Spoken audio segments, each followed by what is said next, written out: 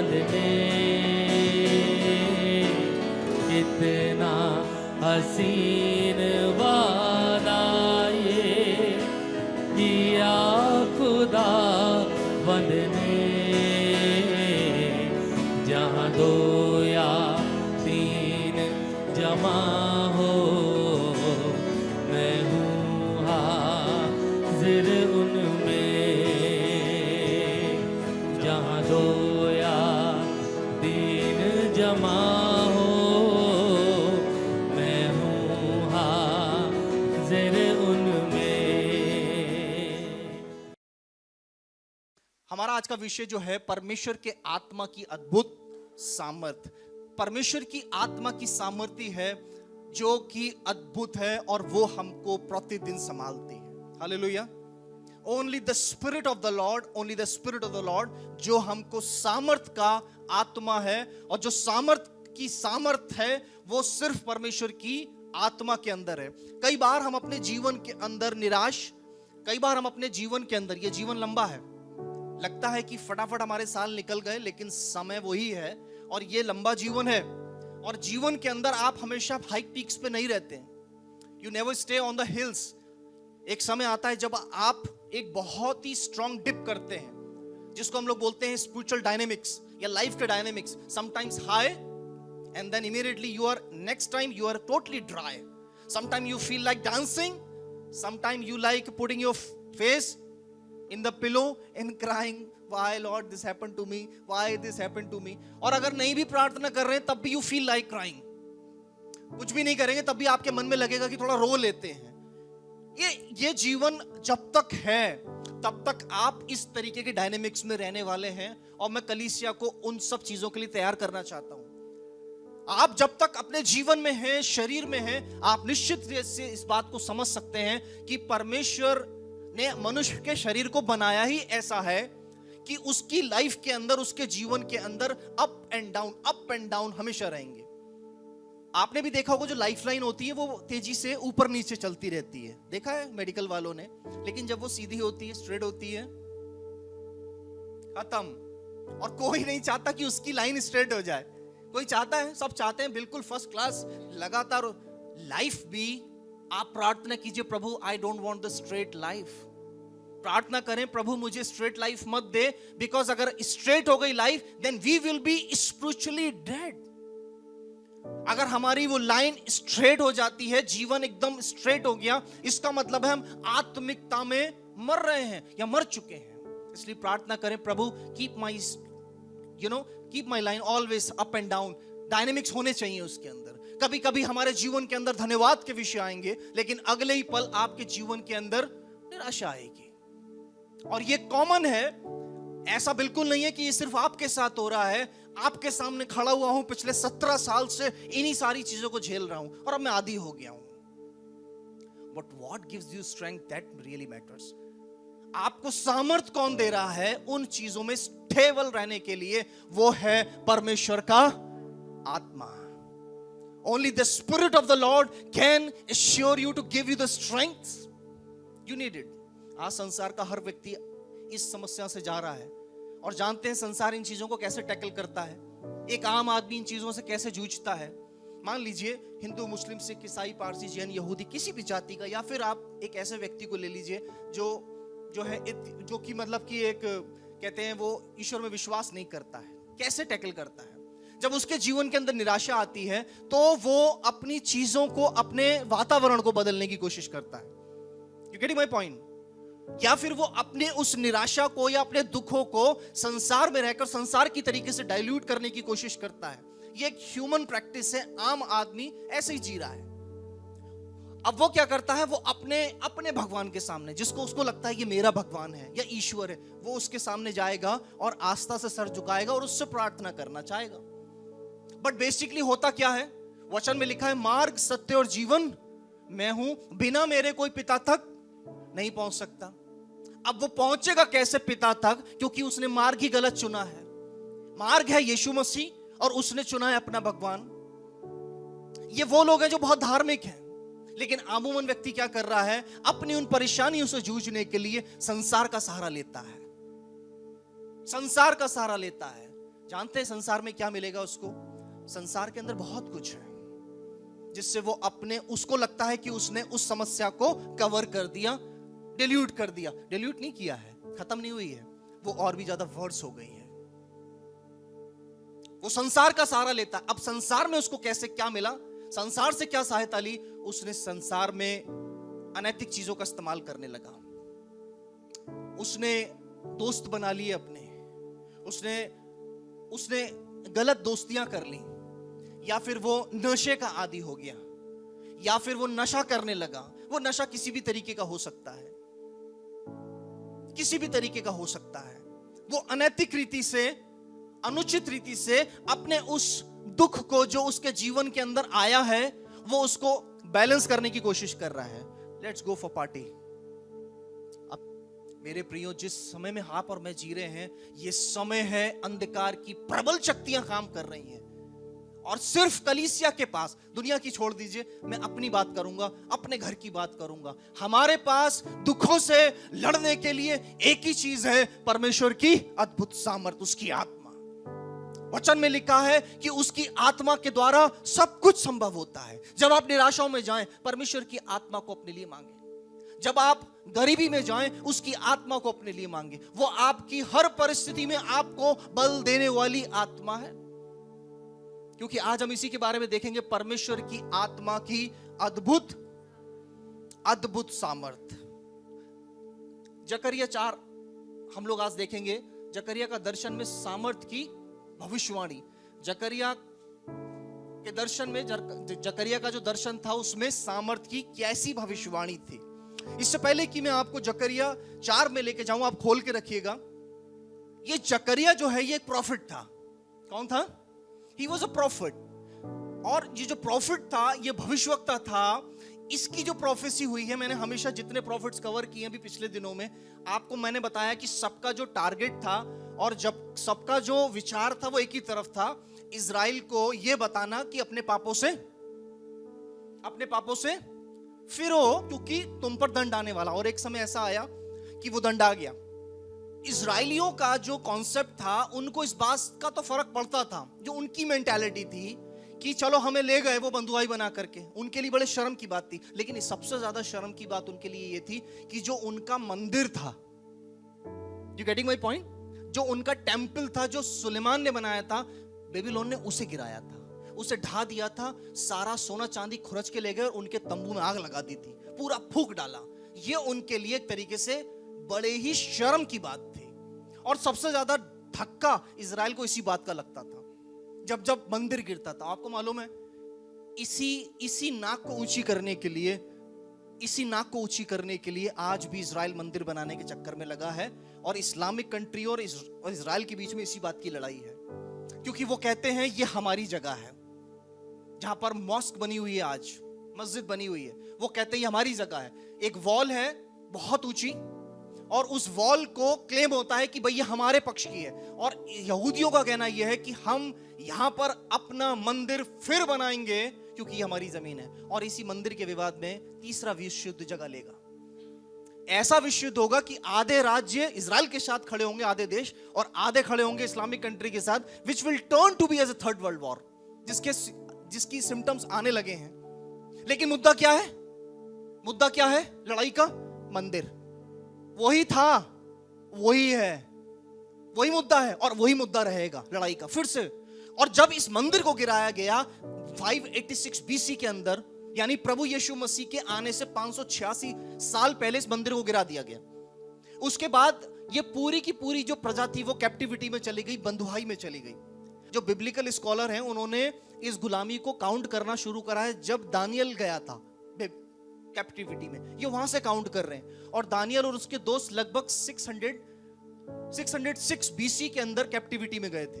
और उसके बाद ये कैप्टिविटी बढ़ती गई, ये बंधुआई बढ़ती गई। खैर, ये एक हिस्ट्री है। और 520 और 518 के बीच में जकरिया ने अपनी किताब, ये दर्शन प्रभु के दास को मिला, और उसने अपनी भविष्यवाणियों को बोला 520 और 518 के बीच में।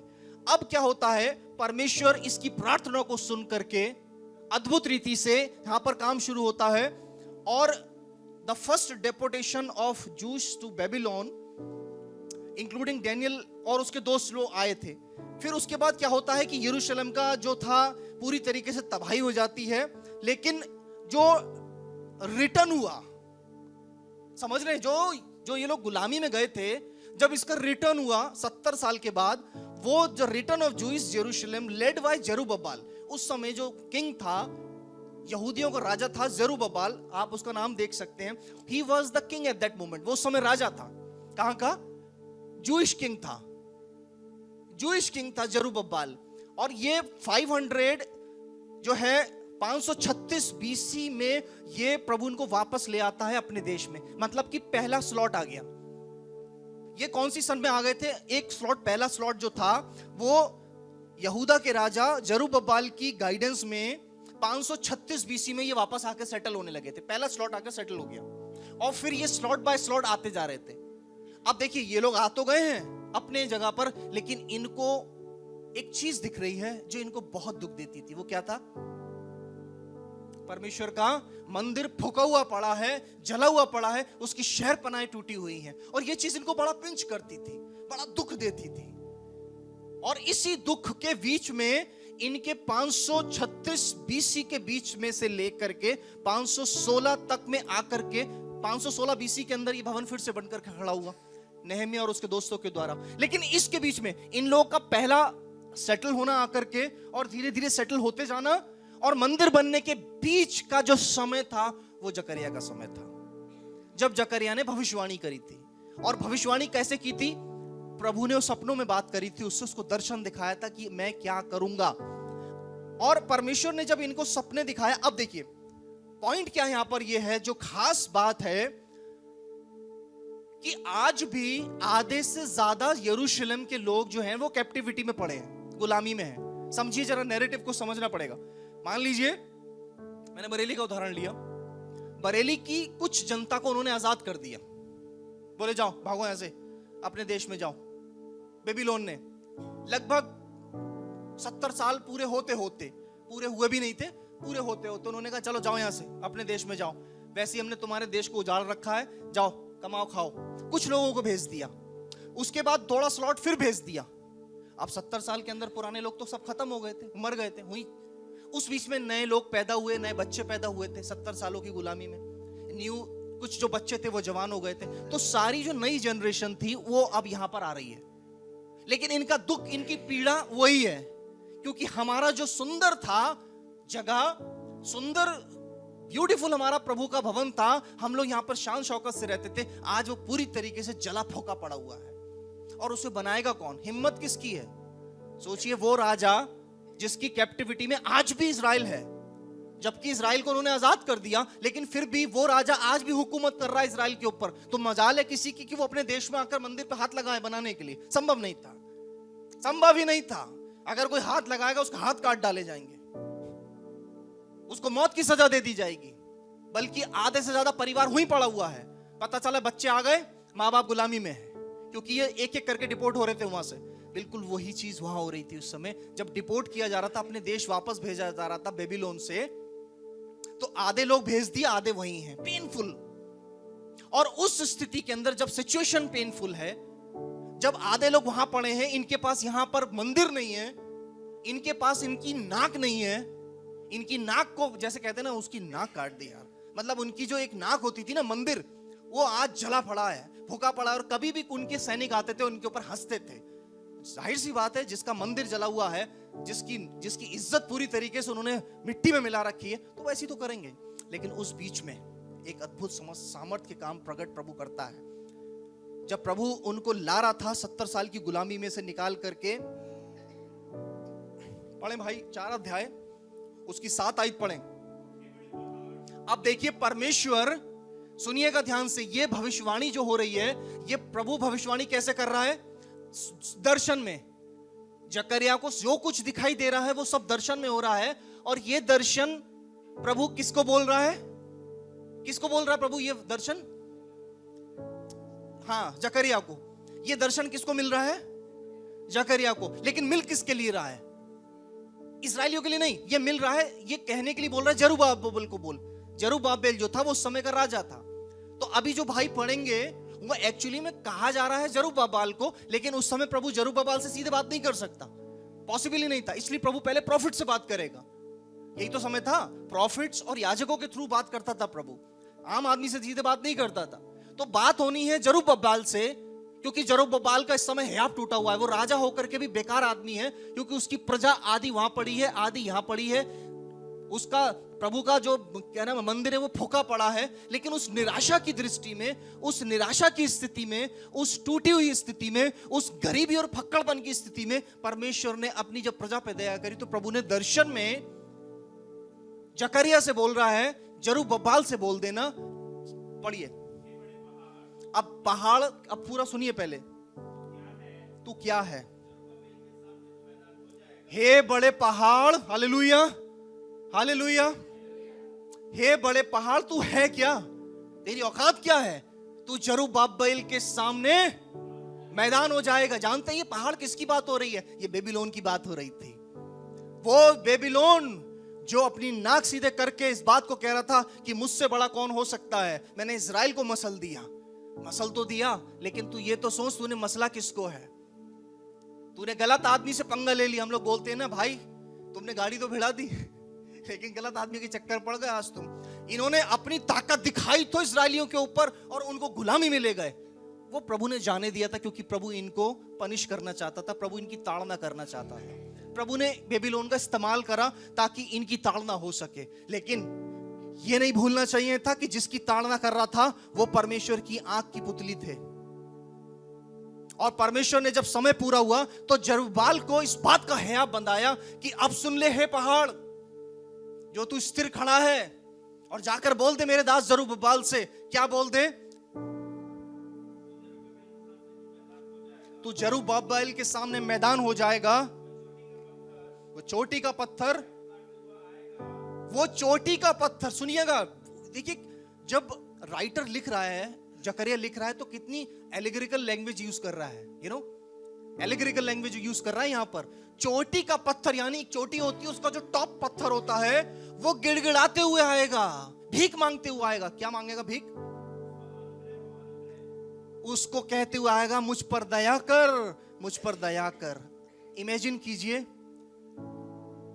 जस्ट इमेजिन कीजिए इस बात को कि एक राष्ट्र ने अभी कुछ साल पहले एक राष्ट्र को पूरी तरीके से खाकीन बना दिया, उसके मंदिर में आग लगा दी, उनके घर तोड़ दिए, उनके लोगों को वहां ले जाके मार डाला, पूरे इजराइल को नष्ट और नाबूद कर दिया। और अभी परमेश्वर का दास, प्रभु का आत्मा जरुब्बाबेल के लिए क्या कह रहा है यहां पर कि हे चोटी के पत्थर, तू इसी जरुब्बाबेल के सामने आएगा, मेरे दास के सामने आएगा। और क्या कहता हुआ आएगा? मुझ पर अनुग्रह कर, मुझ पर अनुग्रह कर। मेरे प्रियो, आज की शाम परमेश्वर का वचन ऐसे ही अपने लोगों से बात करता है। मेरे प्रिय भाइयों बहनों, हमारी परिस्थितियां, जिन परिस्थितियों में जब हम कई बार जाते हैं, जब हम परिस्थितियों में होते हैं, निराशाओं में होते हैं, जब हमको लगता है अब कुछ काम नहीं कर सकता, हमको लगता है इससे आगे परमेश्वर कर ही क्या सकता है, क्या चमत्कार हो सकता है, लेकिन परमेश्वर इस बात को कहता है, हाँ परमेश्वर अद्भुत युक्ति करने वाला परमेश्वर है। सुनने में तो अच्छा लग रहा है कि ये होगा, प्रभु करेगा। कैसे करेगा? क्या प्रभु इनके अंदर एक नई आर्मी खड़ी करेगा? क्या प्रभु इनको आदेश देगा कि तुम अपने बल के साथ एक बड़ी आर्मी खड़ी करो और जाकर लड़ो और छुड़ा के लेकर आओ? लेकिन परमेश्वर ने यहां पर एक फॉर्मूला भी दिया। जानते हैं फॉर्मूला क्या था? इसकी पीछे आयत को पढ़ें, 6 आयत पढ़ें इसकी। कैसे होगा? तब उसने मुझे उत्तर देकर कहा, क्या कहा? जरुब्बाबेल के लिए यहोवा का यह वचन है, नवजीवन सिटी फेलोशिप के हर सदस्य के लिए यह वचन है। क्या वचन है? ना बल से ना शक्ति से, मेरी आत्मा के द्वारा, मेरी आत्मा के द्वारा होगा। ये लोग प्लानिंग कर रहे थे। जरुब्बाबेल हो सकता है प्लान कर रहा होगा कि थोड़े और लोग हो जाए मेरी आर्मी में, तो मैं जाकर थोड़ी बहुत चढ़ाई करूंगा, जितने भी लोगों को बचा सकूं। प्रभु का वचन उसके पास आया, तू डर मत, तू प्लान मत बना, क्योंकि अब ये प्लान नहीं लेकिन एक मास्टर प्लान है, और ये अब तेरे से नहीं होगा। मेरे प्रियो, कितने बार परमेश्वर आपके जीवन के अंदर इस बात को बोल रहा है, लेकिन हम अनसुनी करते हैं। हम वो करना चाहते हैं जो हमारे लिए कठिन है, हम उसी को करना चाहते हैं जो हमारे लिए कठिन है, और करते रहते हैं, करते रहते हैं, करते रहते हैं, और अंत में असफलता हाथ लगती है। जानते हैं क्यों? क्योंकि हम इस बात को भूल जाते हैं, ये बल से नहीं होगा, ये शक्ति से नहीं होगा, मेरी आदत नहीं छूट रही है, मेरा ये पाप नहीं छूट रहा है। प्रभु का वचन कहता है ना बल से छूटेगा, ना शक्ति से, आत्मा से छूटेगा। प्रभु मेरे जीवन के अंदर यहां पर आकर रुक चुका हूं, अब यहां से लाइफ आगे मुझे नहीं मालूम क्या होगी, लेकिन मैं जूझ रहा हूं, अपनी जिंदगी की कोशिशें पे कोशिशें कर रहा हूं, प्लान्स करा रहा हूं, स्ट्रेटजी बना रहा हूं। प्रभु कह रहा है नो स्ट्रेटजी विल वर्क। उसी आशीष का भाग था ये, उसी आशीष का सीक्वेंस था कि परमेश्वर ने बोला, हे जरुब्बाबेल, अब तू ध्यान से सुन, ना तो बल से होगा और ना अब शक्ति से होगा, लेकिन अब ये मेरी आत्मा से होगा। और जानते क्या हुआ? परमेश्वर ने सारे वापस बंधुआइयों को, वापस इजराइल को फिर से जमाया। आज आप जानते हैं इजराइल देश है? कितने लोग जानते हैं इजराइल देश है? आप लोगों को मालूम है इजराइल है? क्या आपने बेबीलोन देखा है? बेबीलोन नहीं है। It has been totally vanished, खत्म। प्रभु ने उसको जड़ के साथ मिटा दिया। हालेलुया। जब परमेश्वर का वचन कहता है तो वो होता है। हालेलुया। परमेश्वर का वचन जो हमसे कहता है कि ये बल से नहीं होगा, ये वेल स्ट्रेटेजी से नहीं होगा। वेल, मैं कभी नहीं बोलता हूं कि you should not make plans. No, you have to make plans, but आपके प्लान्स परमेश्वर की आत्मा की अधीनता में होने चाहिए। Don't make plans because you are smart enough. I am making plan because I am very wise, very smart. No, it will not work. और होने वाला भी होगा तब भी प्रभु गिरा के दिखाएगा जानबूझ करके कि your plans are just very limited. But when you plan, and you should make plans, मैं कहना चाहता हूं कि प्रभु के लोगों को प्लान्स बनाने चाहिए, but every plan when you make should have the presence of God in that, should have the honor to the Lord। और प्रभु के वचन में लिखा है परमेश्वर तेरी मन की कल्पनाओं को पूरी करेगा। So strategy will not work, plans will not work, लेकिन जब परमेश्वर की आत्मा को आप इंट्रोड्यूस कराएंगे अपने प्लान्स को, it will work। Hallelujah. it will work, वो काम करेगा। जैसे यहां पर जरुब्बाबेल ने फिर सोचना छोड़ दिया, उसने सोचना छोड़ दिया, उसने काम करना भी छोड़ दिया, इस विषय पर स्ट्रेटजी बनानी छोड़ दी, प्लान्स करने छोड़ दी। बोले छोड़ो, प्रभु का आत्मा का वचन मेरे पास आ चुका है, अब ये आत्मा से होगा। और हुआ, बेबीलोन खत्म, बेबीलोन ओवर। आज परमेश्वर का आत्मा इस्राएल के अंदर काम कर रहा है। हालेलुया। परमेश्वर का आत्मा इज़राइल के अंदर आज भी कार्य कर रहा है, लेकिन बेबीलोन का पता नहीं है कहां चला गया, क्योंकि परमेश्वर ने जरुब्बाबेल से बोला था, ना तो बल से और ना शक्ति से, परंतु मेरी आत्मा के द्वारा होगा। Second thing, giving ourselves to the submission of the Holy Spirit is not the sign of weakness. ध्यान से सुनिएगा, परमेश्वर की आत्मा की अधीनता को ग्रहण करना आपकी कमजोरी नहीं है। कई बार हमको लगता है ओ, if I go in the submission of the Holy Spirit, it's something like I'm weak. Listen very carefully. Giving ourselves to the submission of the Holy Spirit is not the sign of weakness, but it is the sign of victory. Hallelujah. No, परमेश्वर की आत्मा के अगर आप अधीन हैं, you are not weak, but you are totally opposite. You are a victorious. आप सामर्थ्य हैं। इसलिए जब परमेश्वर के आत्मा ने जरुब्बाबेल से बोल दिया, ना बल से ना शक्ति से, मेरी आत्मा से होगा। आज अपनी परेशानियों से जाकर बोलिए, ना बल से होगी ना सामर्थ्य से होगा, लेकिन परमेश्वर की आत्मा से होगा। और जब आप ऐसी बात को बार बार अपने जीवन में क्लेम करेंगे, आपकी परेशानियों को आपका माइंड आपको बार बार रिमाइंड दिलाता है, आपके दुखों को बार बार रिमाइंड दिलाता है, आपके पापों को बार बार रिमाइंड दिलाता है, just to make you weak. लेकिन जब आप परमेश्वर की आत्मा की अधीनता में चले जाते हैं और कहते हैं ये तो परमेश्वर की आत्मा से ही होगा, अब अपनी परेशानी से बोलते हैं, अब तक तुझे मैंने अपने आप को इंट्रोड्यूस किया है तुझसे, इसलिए तूने मुझ पर गाली बा गई। अपनी आदतों से आप आज जाकर बोलिए अपने आप से कि अब सुन, अपनी सारी परेशानियों से, अभिलाषाओं से और जिस भी चक्र में हम फंसने हैं, उससे जाकर के अब आज उसको पवित्र आत्मा से, परमेश्वर की आत्मा से इंट्रोड्यूस करवाइए। जैसे आप परमेश्वर की आत्मा से इंट्रोड्यूस करवाएंगे, परमेश्वर की आत्मा से होगा। क्या होगा? वो दीवार ढह जाएगी, वो बंधन टूट जाएंगे, क्योंकि ना तो बल से ना शक्ति से, लेकिन परमेश्वर की आत्मा के द्वारा संभव है। अपनी उन आदतों को, अपनी उन अभिलाषाओं को, अपनी उन समस्याओं को, मुसीबतों को, परेशानियों को, उलझनों को आज सोचिए, मन में सोचिए और बोलिए इस बात को, और प्रभु से कहिए इस बात को, और वचन को स्मरण कीजिए। अब ये ना बल से होगा और अब ना शक्ति से होगा। मैंने सब कुछ कर लिया, उपवास की प्रार्थना कर ली प्रभु, नवजीवन में जाके वचन भी सुन लिया, दान भी देके देख लिया, ये हो नहीं रहा है, होगा ही नहीं, क्योंकि जो आत्मा का सामर्थ्य है ये उसी से होगा। और आपको अपनी आदतों को, अपने व्यक्तित्व को पवित्र आत्मा से एनकाउंटर करवाना है। हम क्यों लड़ रहे हैं? हमसे किसने कहा लड़ने के लिए? लड़ने वाला योद्धा परमेश्वर का आत्मा है, उसको आगे कर दीजिए, उसकी सबमिशन में चले जाइए। When you go into the submission of the Holy Spirit, that's not the sign of weakness, but it's a sign of victory. और एक दिन की विक्ट्री नहीं है। प्रभु का वचन कहता है वो आनंद नहीं देता है, वो आनंद के उत्सव में लेके चलता है। हालेलुया। आनंद नहीं देगा कि आनंद दे दिया। आनंद तो हमारे जीवन में आते हैं चले जाते हैं, बर्थडे है, एनिवर्सरी है, फलाना है, सारी आनंद हो गया, लेकिन वो आपको आनंद के उत्सव में लेकर के चलता है। कितने दिन? जीवन भर। और आप, मैंने जो शुरू में बोला था, जो लाइफ के डायनेमिक्स हैं, ऊपर नीचे ऊपर नीचे, उन डायनेमिक्स में आप उत्सव में होकर के विजय प्राप्त करते हैं, क्योंकि आप उत्सव में चल रहे हैं ना। आप जब आपके जेब में 1 रुपया नहीं होगा, पर्स में पैसे नहीं है, लेकिन आप उत्सव में चल रहे हैं। हालेलुया। आप शारीरिक रीति से कमजोर हैं, लेकिन आप उत्सव में चल रहे हैं। आपका विरोध हो रहा है चारों तरफ, आपको लग रहा है कहां जाऊंगा, लेकिन आप उत्सव में चल रहे हैं। प्रभु का वचन यही तो कमिट कर रहा है, He will take you in the great celebration of victory. Hallelujah. Let's pray. Let's pray. प्रभु का वचन कहता है, तू पागल है, तू मूर्ख है, तूने मेरा वचन नहीं पढ़ा। मैं तुझे आज बोलता हूँ, हे बोझ से दबे हुए लोगों, हे बोझ से दबी बहन, हे बोझ से दबी मेरी बेटी, मेरे बेटे, मेरे पास आ, मैं तुझे विश्राम दूंगा। और अब तू ये कहना छोड़ दे कि कैसे होगा, मेरी आत्मा से होगा। Take it to the Lord. Take it to the Lord.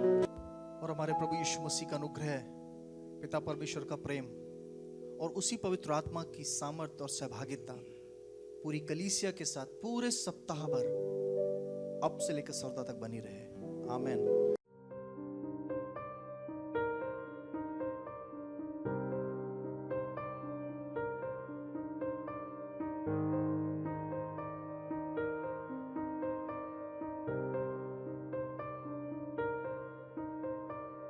आप अपनी भेंट और दशमांश इस कोड के माध्यम से हमें भेज सकते हैं।